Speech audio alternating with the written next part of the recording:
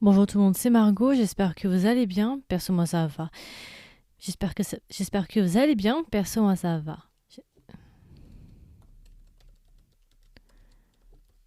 Du coup, aujourd'hui on se retrouve pour un nouvel épisode et je vais vous parler d'un film que j'ai vu au festival de Shanghai. C'est un film japonais qui s'appelle The Hotel of My Dream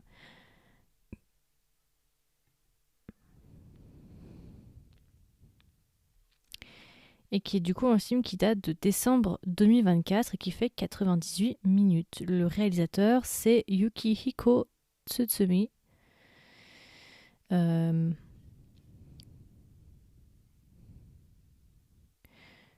qui a fait pas mal de films après ce que je peux voir. Oh oui, oui, oui, d'accord, beaucoup. Mais je les connais pas. D'accord. Et si jamais, du coup, l'histoire est issue d'un novel. Alors, rapidement, en actrice principale, quels sont nos acteurs? Alors, rapidement, du coup, quels sont les acteurs et les actrices? Alors, du coup, quel est le casting? Alors, du coup, je vais rapidement vous donner le casting. En actrice principale, nous avons Non, je sais pas. Qui c'est qui va jouer le rôle de Nakajima Kyoko? Alors, Non, fais voir N-O-N. C'est une modèle de base, actrice et modèle.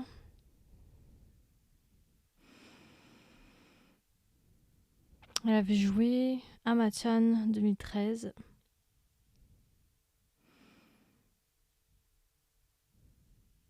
D'accord, je ne la connais pas vraiment.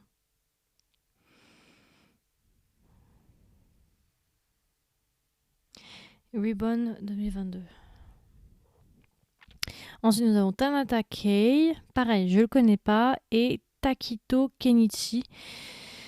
Alors lui non plus, je le connais pas, mais je pense que c'est un acteur. Oh, oui, d'accord. Quand je vois sa filmographie, beaucoup de drama. Hein. Ah oui, d'accord. Et pareil pour les films, il a une filmographie assez impressionnante. Beaucoup de support rôles, hein, et quelques main roles quand même. D'accord. Ok. C'est notre casting principal et du coup, de quoi parle le film The Hotel of My Dream? Alors en fait, The Hotel of My Dream, ça va pas être notre personnage principal qui s'appelle Kayoko, Nakajima Kayoko. On nous explique en fait que c'est une jeune femme qui rêve de devenir écrivaine et qui, quelques années avant le drama, avant le film, avait gagné justement un prix pour les meilleurs nouveaux auteurs. Elle avait gagné le premier prix pour son nouvelle, pour son roman, je crois, ou pour son essai, je sais plus. Et justement, quelques temps après avoir gagné ce prix-là, son, elle a reçu elle a découvert que un critique entre guillemets littéraire qui s'appelle Munenori Higashi Jujo, du coup qui est un homme extrêmement influent dans le monde littéraire japonais, dans le film en tout cas, a laissé une très très mauvaise critique. Vous savez, souvent il y a des critiques de cinéma, des critiques de littérature, et en fait c'est un critique de littérature, et aussi un écrivain. Et en fait, ce personnage-là, Agashi Jujo, lui, va laisser une critique très très négative sur le roman ou l'essai, je sais plus, sur le travail de Kayoko.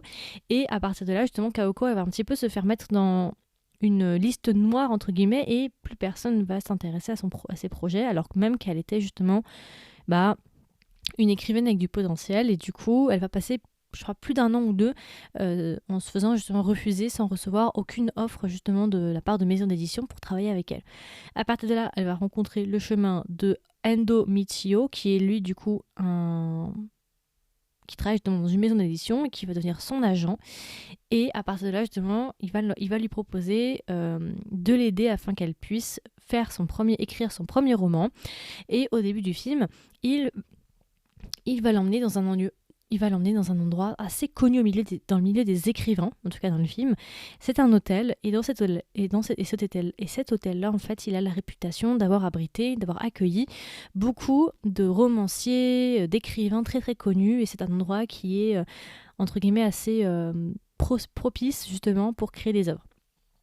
Il va l'emmener justement, il va lui prendre une chambre pour qu'elle puisse se concentrer et écrire son roman, et elle va découvrir que son pire ennemi, Higashi Jujo, lui, séjourne dans la pièce juste au-dessus d'elle. Et à partir de là, elle va tout faire justement, et à partir de là, on va suivre son histoire, sa carrière et aussi sa recherche un petit peu de vengeance avec ce personnage-là qui a un petit peu ruiné ses débuts. Et on va suivre du coup notre personnage qui va tout faire pour écrire son premier roman, et je vais pas vous en dire trop. Ok. Donc c'est vraiment... Donc le genre principal de ce film, c'est de la comédie du coup, si jamais. Et vous verrez de toute façon bien assez tôt. Et du coup, c'est un film sur lequel j'attendais pas grand-chose vu que j'en avais pas entendu beaucoup parler et je savais pas vraiment à quoi m'attendre exactement. Alors, je vais vous le dire tout de suite, c'est un film qui se regarde, c'est un film sympatoche, mais c'est pas un film dont je vais me souvenir pendant 20 ans. Voilà, c'est un petit film qui se regarde si on s'ennuie, si on aime bien les comédies japonaises, on veut un truc assez court, voilà, assez sympa, pourquoi pas. Mais après, voilà, c'est juste le temps d'une soirée parce qu'on s'ennuie, mais ça va pas forcément refaire le genre, enfin ça va pas vous marquer à vie, ou ce sera peut-être pas votre film préféré de tous les temps. En tout cas, pas pour moi. En règle générale, j'ai trouvé l'histoire assez drôle. Voilà, comme je vous ai dit, il y a de l'humour. Surtout le personnage principal, Kayoko, du coup, elle est hilarante. Et le duo, justement, avec son pire ennemi, Higashi Jujo, du coup, c'est juste hilarant. Leur dynamique, elles sont complètement hilarantes. J'ai beaucoup aimé ce duo de choc, ce duo un petit peu chaotique. Et aussi, du coup, ça parle du milieu littéraire, du milieu de la maison d'édition, et à quel point c'est cruel, et à quel point ça peut être aussi extrêmement cruel avec... ça peut être extrêmement cruel pour les écrivains aussi. Donc c'est un milieu assez intéressant, voilà, le milieu des écrivains, le fait de ne pas trouver d'inspiration, le fait d'avoir la pression d'écrire son premier livre, le fait de recevoir des reviews négatifs, il y a pas mal de choses assez intéressantes. Après la colorimétrie, tout ça, je suis pas très fan. Personnellement, l'identité visuelle, pas trop ma cam, mais bon, voilà, c'est l'affaire c'est un film de 1 heure, 1 heure combien 1h38, donc ça passe. Mais voilà, c'est pas le coup de cœur de ma vie. Après, j'ai pas vraiment vu beaucoup de reviews sur ce film.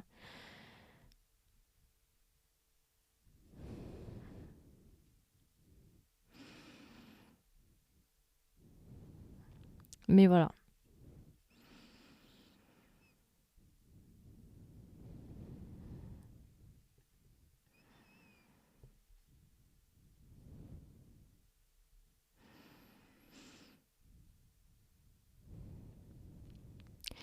Donc voilà. Donc voilà, c'est à peu près tout. En vrai, du coup, si je devais le recommander à un ami ou une amie, qu'est-ce que je lui dirais? Est-ce que je lui recommanderais le film? Voilà, comme je vous ai dit, c'est un film que j'ai vu, c'est pas forcément un film que je vais re-revoir. C'est un film vraiment dans le cas où vous vous ennuyez, vous cherchez un film japonais assez drôle, une comédie. Why not? Pourquoi pas? Après, ça va pas me marquer non plus. Et si je devais lui donner une note, je pense que je lui mettrais 14 sur 20. Voilà, ça passe pas nécessairement ma barre personnellement parce que c'est pas ma cam, mais c'est pas mauvais pour autant.